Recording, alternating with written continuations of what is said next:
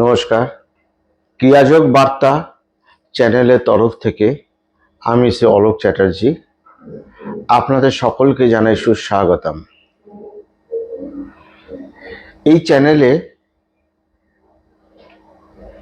ভিডিওর মাধ্যমে ক্রিয়াযোগের গভীরতম তত্ত্বের কথা যথাসম্ভব সহজভাবে আমি বলার চেষ্টা করছি। বিগত ভিডিওগুলোতে আপনারা যারা দেখেছেন এতদিনে অন্তত এইটুকু বুঝেছেন যে ক্রিয়াযোগ কোনো কঠিন বিষয় কিছু নয়। হ্যাঁ, একটাই জিনিস, নিয়ম করে সাধনটা করতে হয়। যারা শখের জন্য ক্রিয়াযোগ শিখতে আসেন বা ক্রিয়াযোগে দীক্ষা নেন,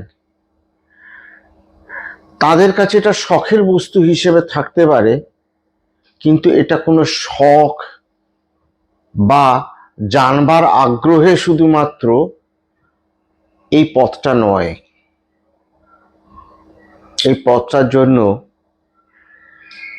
গভীর মেহনত এবং প্রচুর নিষ্ঠা এবং অধ্যবসায় চাই। দেখুন, কোনো একটা জায়গায় পৌঁছতে গেলে তার পেছনে একটা দীর্ঘ শ্রম থাকে।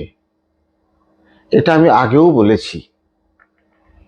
আমাদের সেই শ্রমটাকে গ্রহণ করতে হবে, অর্থাৎ আমাদের সেই পরিশ্রমটা করতে হবে।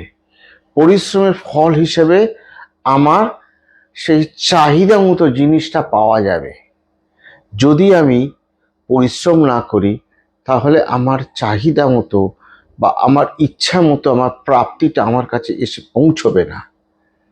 এটা তো পরিষ্কার, তাই না? দেখুন, একটা ছোট বাচ্চা যখন ছোটবেলায় স্কুলে ভর্তি হয়, নার্সারিতে ভর্তি হয়, কেজি ক্লাসে ভর্তি হয়, তারপর ক্লাস 5 পর্যন্ত পড়াশোনা, 10 পর্যন্ত পড়াশোনা, তারপরে 11-12 ক্লাস, তারপরে গ্র্যাজুয়েশন 3 বছর। অর্থাৎ সব মিলিয়ে একটা ন্যূনতম শিক্ষার জন্য তাকে 18টা বছর অতিক্রম করতে হয়। তাহলে আমাদের এই জাগতিক শিক্ষা, যে শিক্ষার মাধ্যমে আমরা এই জাগতিক জীবনে অর্থ রোজগার করতে পারবো, সেই ন্যূনতম শিক্ষাটার জন্য যদি আমাদের 18 বছর ধরে পরিশ্রম করতে হয়, তাহলে পরমার্থ রোজগারের জন্য আমাদের কতটা পরিশ্রম করতে হবে? ওই একটু আধটু সময় বাঁচিয়ে করলাম তাতে তো হবে না।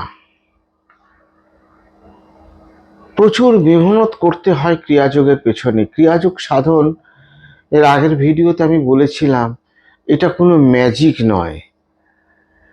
এটা রীতিমতো বিজ্ঞানসম্মত, যুক্তিসম্মত একটা সাধন পদ্ধতি, যাতে আমার কঠোর থেকে কঠোরতম পরিশ্রমের দ্বারা এর ফল আমি অর্জন করতে পারবো। আচ্ছা, এই যে আমি এর আগে যত কথা বলেছি, এইগুলো না হয় আমি আমার কথা বলেছি, কিন্তু এই ক্রিয়াযোগ সাধন বিষয়ে ভগবান শ্যামাচরণ কি বলে গেছেন? তিনিই তো আসল ক্রিয়াযোগের পথে, তার কথাই তো ফাইনাল। কারণ তিনিই তো এই সমাজের ভেতরে ক্রিয়াযোগের কথাটা দিয়ে গেছেন, তাই না?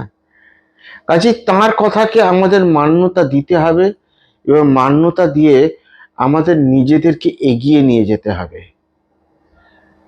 ক্রিয়াযোগ খুব সহজ, সুন্দর প্রণালী, একটা পদ্ধতি, যা সাধনের মারফতে আমাদেরকে প্রচুর আনন্দ দেবে, প্রচুর সুখ দেবে, মনের ভেতর একটা প্রশান্তি দেবে। আজকাল শান্তি শান্তি শান্তি করে সারা পৃথিবী ছুটে বেড়াচ্ছে, শান্তি তো কেউ কোথাও পাচ্ছে না। হাজারো পদ্ধতি বলছে ধ্যান করো, মেডিটেশন করো। এটা নিয়ে আমি আর একদিন পরে বলবো যে সত্যি সত্যি ধ্যান কি করা যায়, না ধ্যান হয়, আপনা হতে ধ্যান হয়। ধ্যান একটা অবস্থা মাত্র অষ্টাঙ্গ যোগের। এই বিষয়ে পরবর্তী কোনো এক ভিডিওতে আমি বিস্তারিতভাবে আলোচনা করার চেষ্টা করব। তবে আজকে যে কথাটা আমি বলতে চাইছি সেটা হলো, ক্রিয়াযোগ সত্যি সত্যি কোনো ম্যাজিক নয়। প্রচুর পরিশ্রমের দ্বারা, নিষ্ঠা, শ্রদ্ধা, ভক্তি সহকারে, গুরুর আজ্ঞা মতে, গুরু নির্দেশিত পথে সাধন করতে করতে করতে করতে তবেই সেই পরম আনন্দময় জগতে পৌঁছানো যায়, অর্থাৎ নিজেই নিজেকে জানা যায়। আপনারা জানেন, এই পুরাণ পুরুষ নামক একটা বই আছে। পুরো নামটা পুরাণ পুরুষ যোগীরাজ শ্রী শ্যামাচরণ লাহিড়ী। ক্রিয়াযোগকে জানতে গেলে, বুঝতে গেলে, বা ভগবান শ্যামাচরণকে জানতে গেলে এই বইটা তো অবশ্যই পাঠ্য। না, আমি বইয়ের প্রচার করছি না, ওই বইটা প্রচারের দরকারই করে না। এমনিতেই ওটা এত বেশি প্রচারিত এবং চর্চিত বই যে ওটার সম্বন্ধে আলাদা করে প্রচারের দরকার পড়ে না। এই কথাটা আমি এই জন্য বলছি, যারা এই ক্রিয়াযোগের পথে ইতিমধ্যে এসে গেছেন তারা পুরাণ পুরুষের কথা জানেন, কিন্তু যারা আসতে চান বা এই বিষয়ে আরো বিস্তারিতভাবে জানতে চান তাদের কাছে পুরাণ পুরুষ বইটা একটা মাইলস্টোন। এই জীবনের ধারণা, ধর্ম সম্পর্কে ধারণা, ক্রিয়াযোগ সম্পর্কে ধারণা সম্পূর্ণ পাল্টে যাবে, এইটুকু আমি দায়িত্ব নিয়ে বলতে পারি। একবার পুরাণ পুরুষ পড়বেন, দুবার পড়বেন, তিনবার পড়বেন, বারংবার পড়বেন, অসংখ্যবার পড়বেন, যতবার ইচ্ছে ততবার পড়বেন। আর যতবারই পড়বেন না, দেখবেন প্রত্যেকবারে যেন নতুন করে শিখছেন, নতুন করে জানছেন। এই যে ক্রিয়াযোগ সম্বন্ধে আমি যা যা বলি, এত নিষ্ঠা সহকারে করতে হবে, এত মনোযোগ দিয়ে করতে হবে, এত পরিশ্রম সহকারে করতে হবে। হয়তো অনেকে ভাবছেন যে আমরা সংসারী মানুষ, আরে বাবা আমাদের এত সময় কোথায়, আমাদের অনেক কাজকর্ম আছে, আমাদের চাকরি বাকরি আছে, ব্যবসা বাণিজ্য আছে, মহিলাদের ক্ষেত্রে সংসার, সন্তানাদি পালন, প্লাস অনেক মহিলা নিজেরা রোজগার করেন, তারা চাকরি করেন বা ব্যবসার সঙ্গে জড়িত থাকেন, অর্থাৎ বাহ্যিক জীবনে তারা প্রচণ্ডভাবে ব্যস্ত, স্ত্রী পুরুষ নির্বিশেষে। এই ব্যস্ত মানুষদের কাছে ক্রিয়াযোগ করাটা একটা বিলাসিতা মাত্র। সত্যি কথা বলছি, ক্রিয়াযোগকে করতে গেলে এটার জন্য সময় দিতে হবে। খাটুন না সারাদিন অর্থের পেছনে, চাকরি করুন, ব্যবসা করুন, সন্ধ্যাবেলার একটা সময় তো বাড়ি ফিরবেন। বাড়ি ফেরার পরে একটু বাড়িতে হালকা খাবার খেয়ে, একটু চা জলমুড়ি খেয়ে, ঘরের একটা কোণে নীরবে নিভৃতে আসনটা টেনে নিয়ে বসুন না। 1 ঘন্টা, 1.5 ঘন্টা, 2 ঘন্টা, বাড়তে বাড়তে 3 ঘন্টা, 3.5 ঘন্টা, আপনার দেখবেন কিভাবে পার হয়ে যাবে। ক্রিয়াযোগের সাধনায় আপনি মশগুল হয়ে যাবেন। এরপরে প্রথম ক্রিয়ার যা যা শর্ত আছে সেগুলো যদি পূরণ করতে পারেন, তবে দ্বিতীয় স্তরের ক্রিয়া, তৃতীয় স্তরের ক্রিয়া, চতুর্থ স্তরের ক্রিয়া, এইগুলোতে যত ঢুকবেন সময়টা আরো বেড়ে যাবে। 5 ঘন্টা, 6 ঘন্টা, 8 ঘন্টা, 12 ঘন্টা, 14 ঘন্টা, 18 ঘন্টা, 20 ঘন্টা। ভাবছেন যে লোকটা পাগল নাকি, এত ঘন্টা করে কেউ সাধন করে, কাজকর্ম নাই? হ্যাঁ আছে তো, কাজকর্ম করতে হবে তো, সাধনটাও তো করতে হবে। আর যখন না এই 2 ঘন্টা, 3 ঘন্টা বা 3.5 ঘন্টা সাধনটা নিয়মিত করতে করতে একটা অভ্যাসে পরিণত হবে, তখন এই ক্রিয়াযোগ আপনাকে চুম্বকের মতো টানবে। ওই আসন আপনাকে চুম্বকের মতো টানবে, না আমাকে বসতে হবে, একটা নেশা লেগে যাওয়ার মতো অবস্থা হবে। আমাকে এই আসনে বসতে হবে, নয় আমার ভালো লাগছে না, আমার শরীর মন আনচান করছে, আমাকে বসে প্রাণায়াম করতে হবে, আমাকে ক্রিয়া করতে হবে। এই যে ক্রিয়া করার একটা উন্মাদনা বা নেশা, এইটা আমাকে পেয়ে বসবে, আর এই পাওয়ার আনন্দে আমি মশগুল হয়ে যাব। আর যোগীরাজ একেই বলছেন ক্রিয়ার পরাবস্থা। আজকে আপনাদের সামনে আমি পুরাণ পুরুষ বইটা থেকে একটা বিশেষ অংশ পড়ে শোনাতে চাই। এই কারণে পড়ে শোনাতে চাই যে দেখুন, আমি যে এত কথা বলছি ক্রিয়াযোগের পক্ষ নিয়ে, ভগবান শ্যামাচরণ তিনি নিজে কি বলে গেছেন? পুরাণ পুরুষের মধ্যে আছে না ভগবান শ্যামাচরণের নিজস্ব কথাগুলো, উক্তিগুলো ধরে তুলে ধরা আছে। সেই জায়গার থেকে আমি আজকে পুরাণ পুরুষ একটা অনেক বড় বই, প্রচুর অধ্যায়, প্রচুর পাতা, প্রচুর বিষয়, কিন্তু তার মধ্যে থেকে একটা বিশেষ অংশ আপনাদের আজকে আমি পাঠ করে শোনাবো। একটু ধৈর্য ধরে মন দিয়ে শুনবেন এবং বোঝার চেষ্টা করবেন, বা আমি বোঝানোর চেষ্টা করব যে যোগীরাজ ঠিক কি বলে গেছেন, ক্রিয়া সাধন কিভাবে করতে হবে।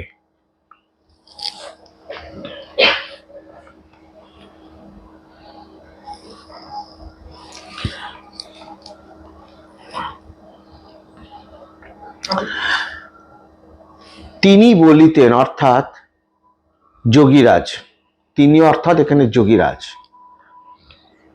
তিনি বলিতেন কোন দুর্গম তীর্থে যাইতে হইলে পথে নানান সুন্দর দৃশ্য ও অন্যান্য তীর্থ পরিলক্ষিত হয়। এটা খুব সাধারণভাবে বোঝার জিনিস। যদি কেহ সেইখানে মোহিত হইয়া থামিয়া যায়, তা হইলে তাহার লক্ষ্যবস্তু দর্শন হয় না। তাই তিনি বলিতেন, আত্মসাধনা করিতে করিতে আপনা হইতেই নানান দেবদেবী দর্শন হইবে। কেহ যদি মনে করেন দেবদেবী দর্শনেই তাহার জীবন কৃতকৃতার্থ হইয়াছে, তাহা ভুল।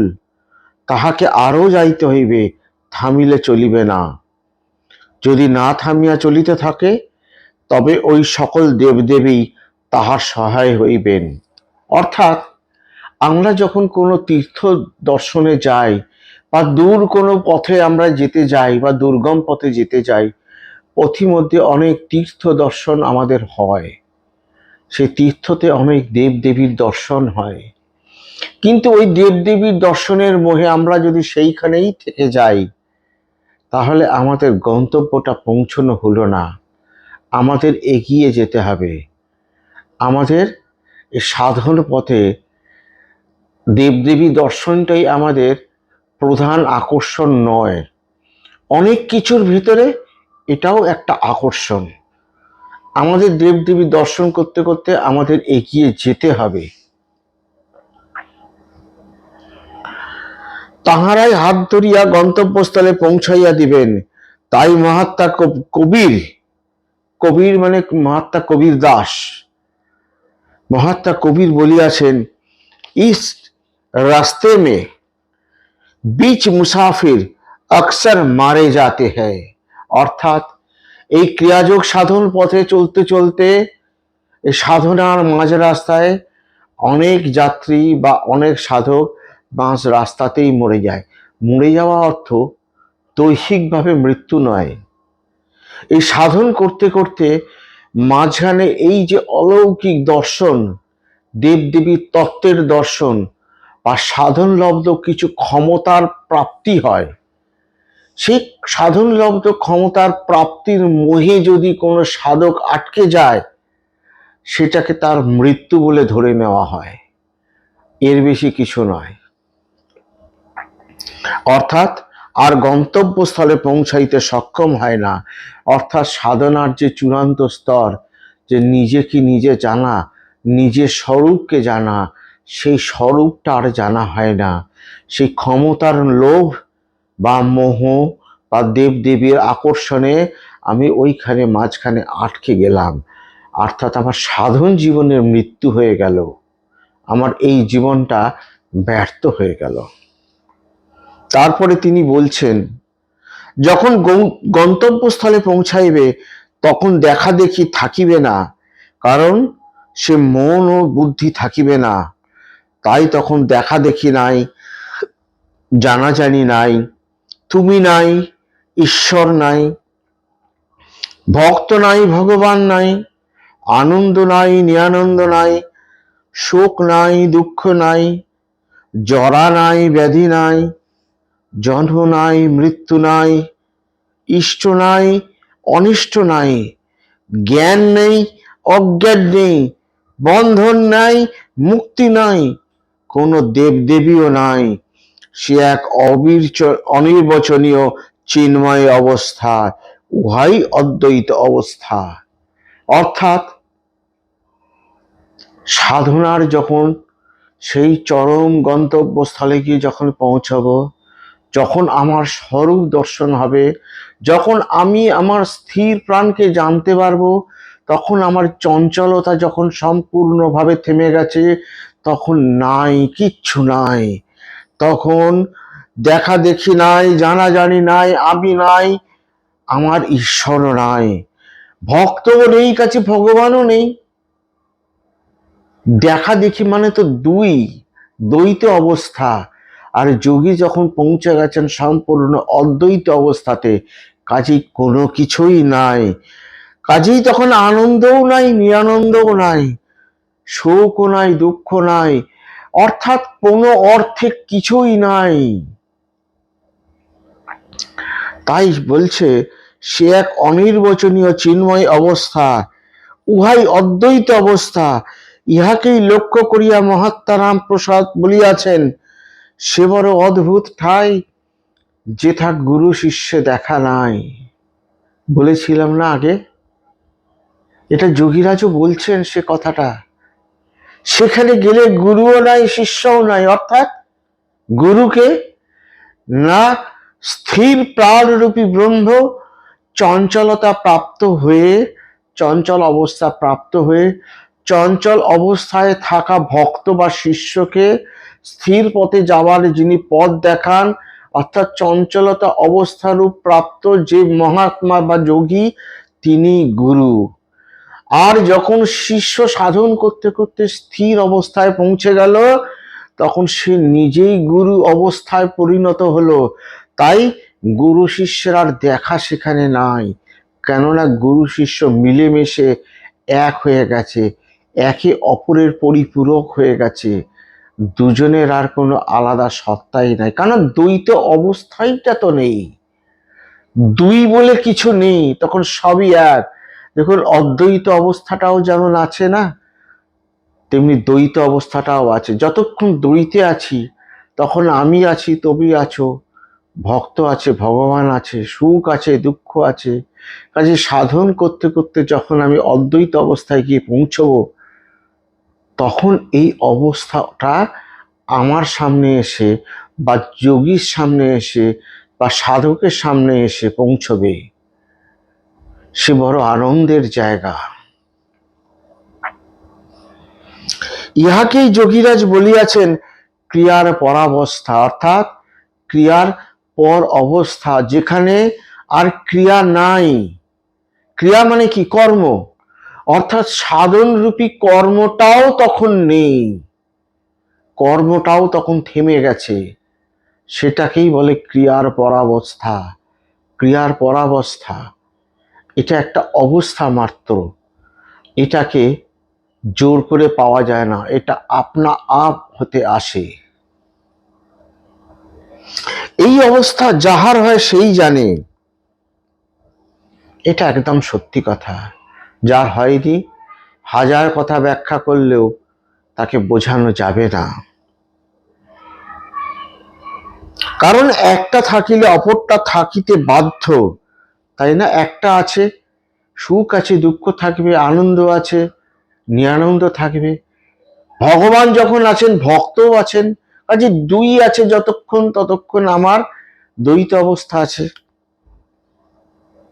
কিন্তু সেখানে কেবল নাই নাই, সেই চরম অবস্থাটায় গিয়ে কিছুই নাই,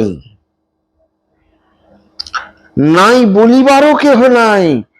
তাই তিনি বলিতেন, তখন তুমি ভোঁ হইয়া যাইবে। একটা অদ্ভুত কথা বললেন যোগীরাজ। বলছে তখন তুমি ভোঁ হয়ে যাবে, অর্থাৎ তখন তুমি চোখে দেখছো না, কানে শুনছো না, তোমার মন কোনো কাজ করছে না, তোমার বুদ্ধি চিন্তা ভাবনা কিছু কাজ করছে না, তারা সবাই স্থির হয়ে এক মনে হয়ে সে অতীন্দ্রিয় অবস্থায় স্থির প্রাণে সে বুঁদ হয়ে বসে আছে। এই কথাটার না, এই অবস্থাটার ঠিকঠাক কোনো অর্থ হয় না, যার জন্য যোগীরাজ বলছেন যে তুমি ভোঁ হয়ে যাবে। আমাদের অনেক সময় হয় না, কানে তালা লেগে গেলে আমরা যখন কিছু শুনতে পাই না, আমরা কানে মাথায় হাত দিয়ে একটা অবস্থা হয় না, তাকে ভোঁ লেগে যাওয়া বলে।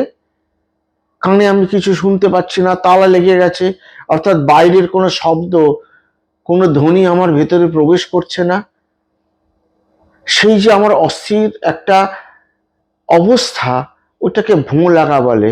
এই ক্ষেত্রে যোগীরাজ ওই যে নিশ্চল অবস্থায় আমি পৌঁছে যাওয়াটাকে বোঝাতে গিয়ে তিনি বলছেন, তখন তুমি ভোঁ হয়ে যাবে। আমি নিশ্চয় করিয়া বলিতেছি, সেখানে সকলকে একসময় যাইতেই হইবে। তুমি চেষ্টা করো আর নাই করো, কিন্তু তাহার জন্য তোমাকে লক্ষ লক্ষ যোনি ভ্রমণ করিতে হইবে, অর্থাৎ লক্ষ লক্ষ জন্ম আমাকে গ্রহণ করতে হবে, যেতে তো আমাকে হবেই, নান্যপন্থা। তার চেয়ে আমি যখন পেয়েই গেছি সাধন, করে ফেলি না সাধন, একবার লড়াইটা করে দেখি না, আমার কি দরকার আছে আরো লক্ষ লক্ষ জন্ম নেওয়ার। আমি এই জন্যই একটা শেষ চেষ্টার লড়াই আমি করে দেখি না। কিন্তু হে সাধক, ঈশ্বর তোমায় যে মন বুদ্ধি দিয়াছেন, তাহার দ্বারা বিচার করিয়া দেখো, তুমি কি সেই লক্ষ লক্ষ জনি ভ্রমণ করিতে চাও? বুদ্ধিমান সাধক চাহে না। যদি তুমি বুদ্ধিমান সাধক হও, তবে ভাবিয়া দেখো, গন্তব্যস্থলে যখন যাইতেই হইবে, তখন বিলম্ব না করিয়া ইহজন্মেই পৌঁছাইবার জন্য কোমর বাঁধিয়া লাগিয়া পড়ো। মানে ওই এক কথায় আসছে, লড়ে যাও, লড়াই করে যেতে হবে। নিজের ইন্দ্রিয়ের সঙ্গে লড়াই, নিজের চঞ্চল প্রাণের সঙ্গে লড়াই, কোমরে বেঁধে লড়াই। আমাদের প্রত্যেকের ভেতরে অর্জুন রূপী সত্তা আছে, সেই অর্জুনকে জাগ্রত করতে হবে, সেই তেজস তত্ত্বকে জাগ্রত করে সেই স্থির প্রাণের দিকে সুনির্দিষ্ট লক্ষ্যে আমাদের এগিয়ে যেতে হবে। হে সাধক, তোমাদের সকলের ভেতরে এক বীর সত্তা লুপ্ত আছে, অর্থাৎ সেই অর্জুন সত্তা। তাহাকে চিমটি কাটিয়া জাগাও, চাবুক মারিয়া ওঠাও। সেই বীর সত্তাকে অশ্বে পরিণত করিয়া তাহার পৃষ্ঠে আরোহণ করিয়া বীর দর্পে চলিয়ে ছুটিয়া চলো, বীর দর্পে ছুটিয়া চলো। কিন্তু ভুল করিয়া লাগামটি নিজ হস্তে ধারণ না করিয়া মালিকের হস্তে দিয়ে দাও, যেমন অর্জুন করিয়াছিলেন। অর্থাৎ এই চঞ্চল প্রাণকে ঘোড়ার মতো করে তার পিঠে চেপে জবরদস্তি তাকে চাবুক মেরে জবরদস্তি তাকে ধীরে ধীরে ধীরে ধীরে শান্ত করতে হবে। সে শান্ত হতে চাইবে না, আর আমি দক্ষ ঘোড়সওয়ারের মতো তাকে আমি আমার নিয়ন্ত্রণে নিয়ে আসব।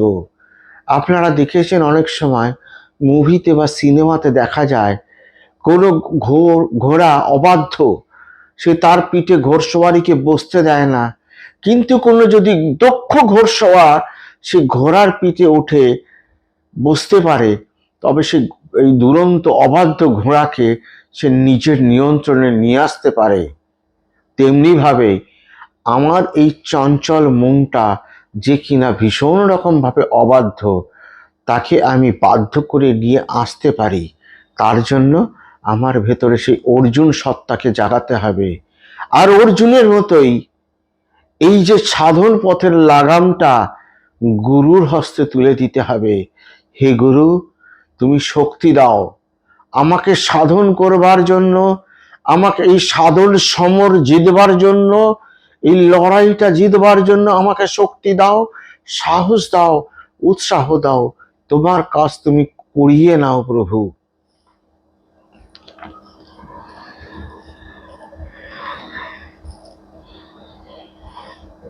তারপরে বলছেন, সংসারেই থাকো, কিন্তু সংসারের পঙ্কিলতার আবর্তে নিজেকে লিপ্ত করিও না। কাম, ক্রোধ, লোভ, মোহ, মদমাশ্চর্যরূপ গর্ত, দেহরূপ রথের 6 চক্রকে পতিত হইতে দিও না। সর্বপ্রকারে দুর্বলতাকে পরিহার করো। অর্থাৎ সংসারকে তুমি ছেড়ো না। যেমন আগে বলেছি আমি আগের ভিডিওতে, সংসার ছাড়বার কোনো দরকার নেই। এই সংসারই তো আমার আসল, সংসারই তো আমাকে বাঁচিয়ে রেখেছে। এই সংসার ছাড়া তো আমার কোনো অস্তিত্ব নেই, কাজে সংসার ছাড়বার কোনো প্রয়োজন নেই। কিন্তু এই সংসারের মধ্যে থেকে কাম, ক্রোধ, লোভ, মোহ, মদমাশ্চর্য, এই যে ষড়রিপুরূপ যে 6টা গর্ত, সেই গর্ত নিজেকে পতিত হইতে দিও না, নিজেকে এই গর্তের মধ্যে ডুবে যেতে দিও না। গুরুর হস্তে লাগামটা দিয়ে দাও, নিজে সাধন করতে থাকো। গুরু ঠিক এই ষড়রিপুরূপ গর্ত থেকে আমাকে উদ্ধার করে পার করে নিয়ে যাবেন। এর জন্য আমার মনের সর্বপ্রকার দুর্বলতাকে আমাকে পরিহার করতে হবে, মানে আমাকে এড়িয়ে যেতে হবে। দুর্বলতাই পাপ, দুর্বলতাই মৃত্যু। নিজের মৃত্যু নিজে ডাকিয়া আনিও না। হে বীর সাধক, তুমি নিজেকে দুর্বল ভাবিতে ভাবিতে দুর্বল হইয়া গিয়াছ, কিন্তু তুমি অমৃতস্য পুত্রা, তুমি অমৃতের পুত্র। তুমি জন্ম, মৃত্যু, জরা, ব্যাধির অতীত। অর্থাৎ এই দুর্বলতা আমার সবচেয়ে বড় শক্তিহীনতার কারণ। আমি পারবো না, আমি পারছি না, আজকে হচ্ছে না, আজকে ভালো লাগছে না, আচ্ছা কালকে হবে, আজকে শরীরটা টনটন করছে, মাথাটা একটু যন্ত্রণা করছে, আজকে কিছু কাজ রয়ে গেছে, কিছু কাজ শেষ করা হয়নি, ওই কাজটা না শেষ করলে কালকে আমার টাকাটা রোজগার হবে না। এইগুলোর হচ্ছে আমার জীবনের দুর্বলতা, আমার মনের দুর্বলতা। এই দুর্বলতাকে সর্বপ্রকারে পরিহার করতে হবে, এড়িয়ে যেতে হবে, কঠিন কঠোর হয়ে যা কিছু হবার হোক না কেন, আমি সাধন এর এই আসন ছেড়ে আমি উঠব না। আমি শক্তিমান, আমি বীর, আমি সাহসী, আমি অর্জুনের মতো আমার তেজ। সেই তেজকে আমাকে কাজে লাগাতে হবে। অর্জুন মানে তো তেজস্তত্ত্ব। সেই তেজ, আমার শরীরের ভেতরে যে তেজ আছে, জেদ আছে, তাকে কাজে লাগাতে হবে। কেন না, আমিও তো অমৃতের পুত্র। সেই অমৃতের পুত্র হয়ে আমি অমৃত অবস্থাকে জানতে পারবো না? আলবাত পারবো, অবশ্যই পারবো। আমার ভেতরে সে ক্ষমতা আছে। আমি যে অমৃতের পুত্র। তুমি তোমার নিজ স্বরূপকে ভুলিয়া বসিয়াছ। অর্থাৎ আমার যে প্রকৃত স্বরূপ, যে স্থির প্রাণ রূপী যে আমার প্রকৃত স্বরূপ অবস্থা, তাকে আমি ভুলে গিয়ে আমি চঞ্চলতাটাকেই আমি আমার প্রকৃত অবস্থা বলে ভাবছি। আমার প্রকৃত স্বরূপে আমাকে ফিরে যেতে হবে। তার জন্য যত দূর লড়াই করার প্রয়োজন আমি করব। তো গুরুজি আমার মাথার উপরে আছেন, গুরু আমার সঙ্গে আছেন, আমি গুরুর হাতে লাগাম ছেড়ে দিয়েছি। হে গুরু, মা ভই বলে তুমি আমাকে পার করে নিয়ে চলো। তুমি ছাড়া যে আমার আর কেহ নাই, আমি তোমার চরণে না, আমি তোমার ভেতরে ঢুকে আমি তুমি হয়ে যেতে চাই, তুমি আর আমি এক হয়ে যেতে চাই। তারপরে বলছেন, লম্বা হইয়া ঘুমাইয়া ঘুমাইয়া বহু রজনী অতিক্রম করিয়াছ, একবার ভাবিয়া দেখো ওইভাবে লম্বা হইয়াই তোমাকে চলিয়া যাইতে হইবে। অর্থাৎ এই যে প্রতিদিন রাত্রিবেলায় না শুলে না ঘুমলে আমার শরীরের বিশ্রাম হবে না, এটা একেবারে ভুল ধারণা। মেরুদণ্ড সোজা করে বসতে হবে, আসনে বসতে হবে, ক্রিয়া করতে হবে। ক ঘন্টা করলাম এ ভাবলে চলবে না। ধীরে ধীরে নিজের শরীরের ধৈর্য ক্ষমতাকে, শক্তিকে বাড়িয়ে আমাকে ঘন্টার পর ঘন্টা সাধন করে যেতে হবে। আমি যদি ঘন্টার পর ঘন্টা শুয়ে ঘুমিয়ে কাটাতে পারি, তবে আমি ঘন্টার পর ঘন্টা বসে সাধন কেন করতে পারবো না? আমি যদি ঘন্টার পর ঘন্টা ঘুমোতে পারি, আমি কেন সাধন পারবো না করতে? ভাবছি যে না ঘুমোলে আমি মরে যাব। আরে সাধন না করলেও তো আমি মরে যাব।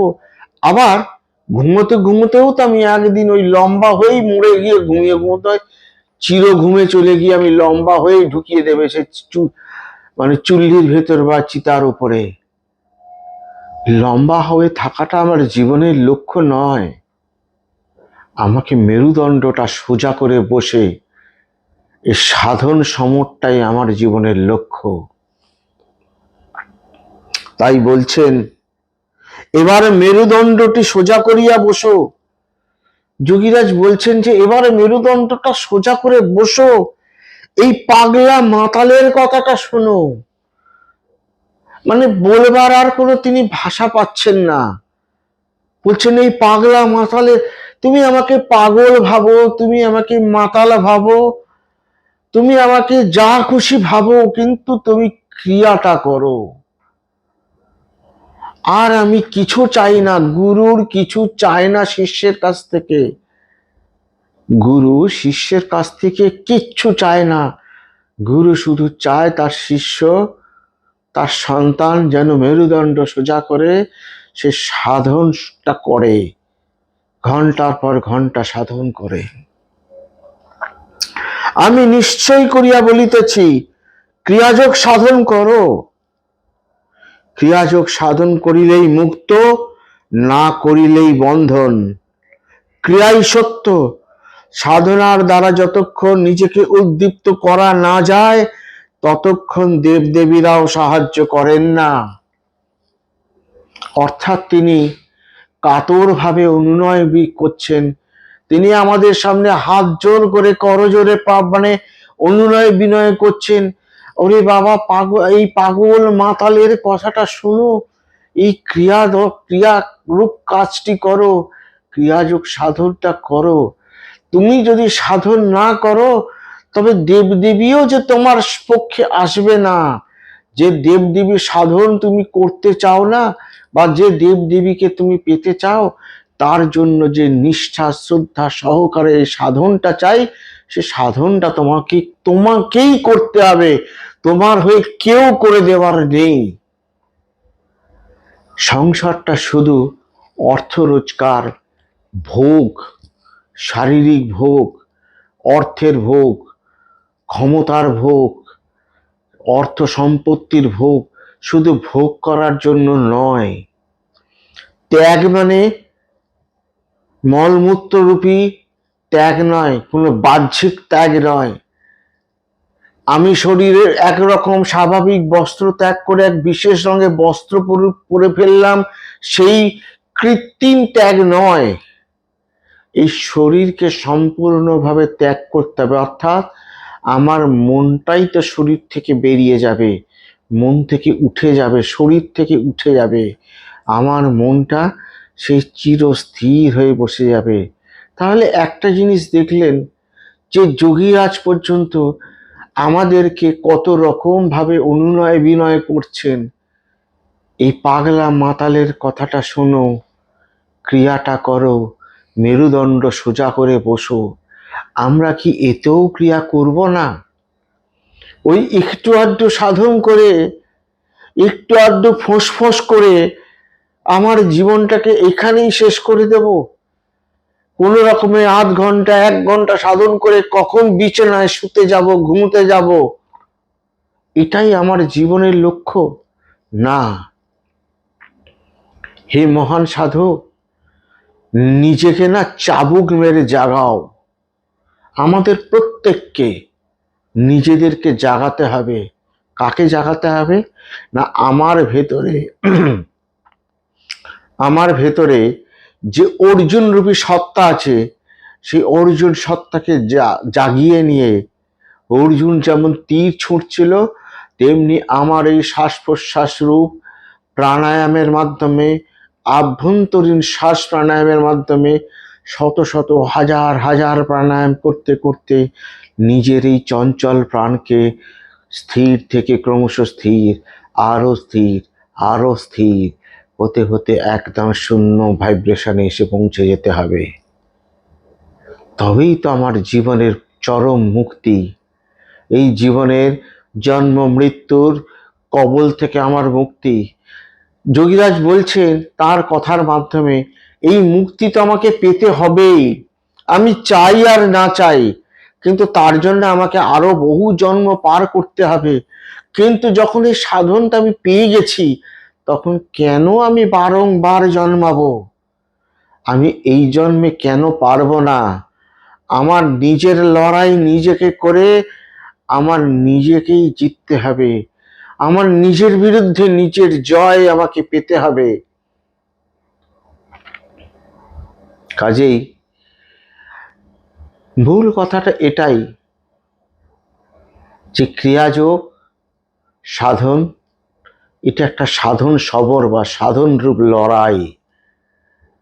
এটা কোনো আহা উহু ভাবের কথা নয়, কঠিন কঠোর লড়াই নিজের মনের সঙ্গে, নিজের চঞ্চল মনের সঙ্গে, নিজের লোভ লালসা চাহিদা, হাজার হাজার রকমের চাহিদা, এই সবার সঙ্গে আমার লড়াই, অর্থাৎ প্রবৃত্তি পক্ষের সঙ্গে নিবৃত্তি পক্ষের লড়াই।